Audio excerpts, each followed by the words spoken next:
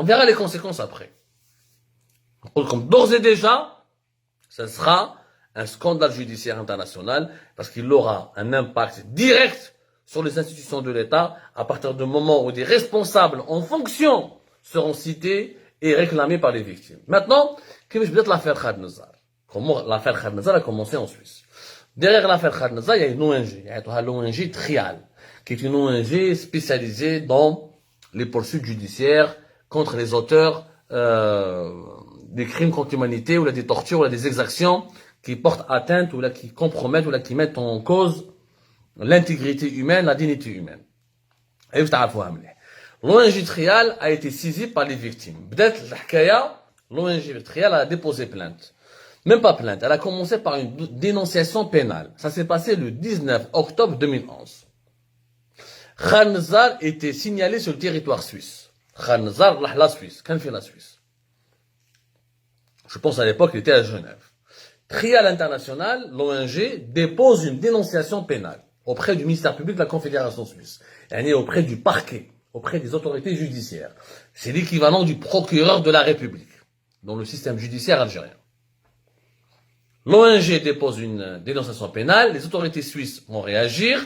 Le lendemain, le 20 octobre 2011, Khaled Nazar, il est interpellé, arrêté par les services de sécurité suisses, il est conduit à Berne, il est écouté par le ministère public de la Confédération jusqu'au 21 octobre. Il a été remis en liberté à condition que Khaled Nazar signe un engagement ou là s'engage pour se présenter pour la suite de la procédure. Il a été libéré de cette manière. Donc le 20, entre le 20, son arrestation, 21, sa remise en liberté, avec un engagement de se présenter devant les juges suisses pour la suite de la procédure. En janvier 2012, octobre 2011, en janvier 2012, Khaled Nazar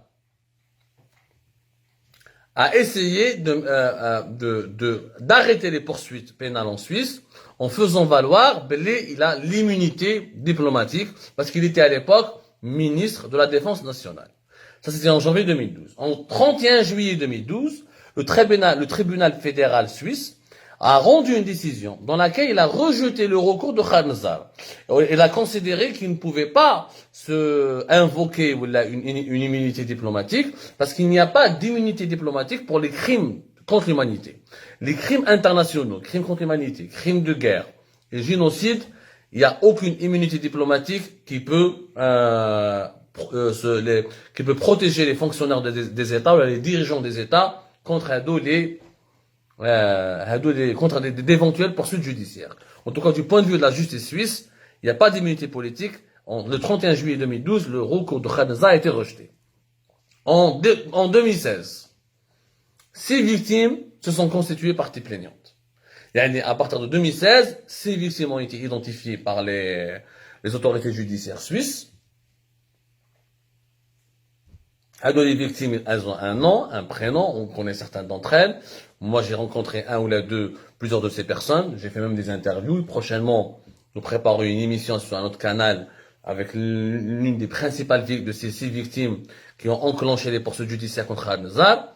Mais les 6 victimes, c'est à partir de 2012 plutôt, ou à partir de 2012. Donc, fin juillet 2012, le tribunal pénal fédéral suisse rejette le recours de Khaled Nazar. 2012, les victimes sont constituées officiellement. Il y a 6 personnes qui accusent Khaled Nazar. Le 4 janvier 2017, première victoire pour Khaled Nazar. Première victoire pour Khaled Nazar le 4 janvier 2017. À l'époque, le parquet fédéral suisse avait classé l'affaire. Selon lui, un conflit armé n'aurait pas existé au début des années 90. La justice suisse, elle a estimé à l'époque que, au début des années 90, les Khaled Nazar en poste, jusqu'à 93, il n'y avait pas de conflit armé. Le conflit armé a commencé après 93. Lorsque Khaled Nazar n'était plus au pouvoir. À partir du moment qu'il n'est pas au pouvoir, qu'il ne peut plus décider, qu'il n'avait pas la capacité de décider, alors on ne peut pas dire qu'il est impliqué. Première victoire. Même le 16 janvier 2017, les 6 victimes ont déposé un recours contre l'ordonnance du classement. Ils ont contesté le classement de l'affaire, parce que classer une affaire, ça veut dire qu'il n'y aura pas de procès, Khalnazar ne sera pas poursuivi, et tout sera enterré. Les 6 victimes ont déposé un recours. Le 6 juin 2012, une victoire pour les victimes.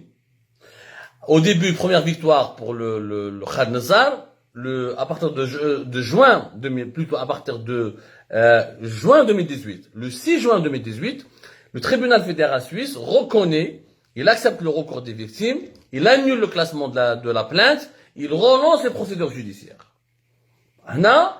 Rebondissement à partir de juin 2018, parce que la justice suisse reconnaît l'existence d'un conflit armé durant la période au cours de laquelle Khalnazar avait occupé des fonctions importantes au cœur de l'État algérien. Même l'affaire Habset, plusieurs auditions en mais 2018-2019, toutes les victimes, etc.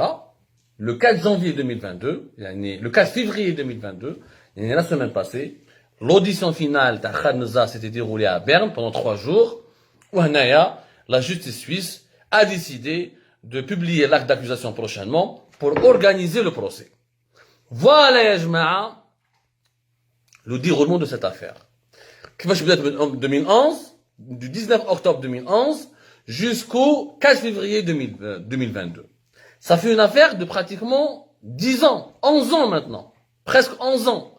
C'est une longue affaire, une affaire très complexe, avec une première victoire pour Khalnazar en janvier 2017, parce que l'affaire a été classée. Même une autre victoire des victimes à partir de juin 2018. Et là, la tension est à son comble. C'est le procès final, et c'est l'acte final. C'est le procès qui va décider de la suite des événements. Khalnazar sera-t-il condamné, oui ou pas? Les autres généraux algériens qui vont être cités seront-ils mis en examen officiellement, oui ou pas?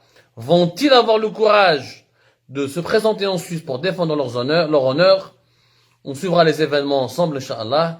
Mais c'était un éclaircissement, un éclairage important, sans parti pris. Je sais que le sujet est douloureux.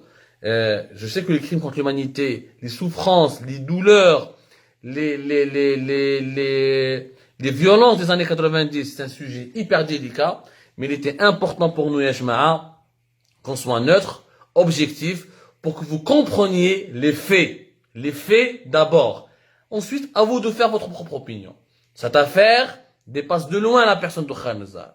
C'est le procès du régime algérien. C'est le procès d'un État. C'est le procès d'un système. C'est le procès de plusieurs autres dirigeants qui seront appelés à la barre et qui risquent d'être mis en examen et cités officiellement dans ce procès retentissant pour complicité de crimes contre l'humanité et crimes de guerre. Voilà, Yajma'a. C'était un éclaircissement qui s'imposait. Merci de nous avoir suivis. Si vous avez des questions, n'hésitez pas. De toute façon, nous reviendrons sur ce sujet avec de plus amples informations dans nos prochaines émissions, Inch'Allah. Prenez soin de vous. Faites attention à votre santé.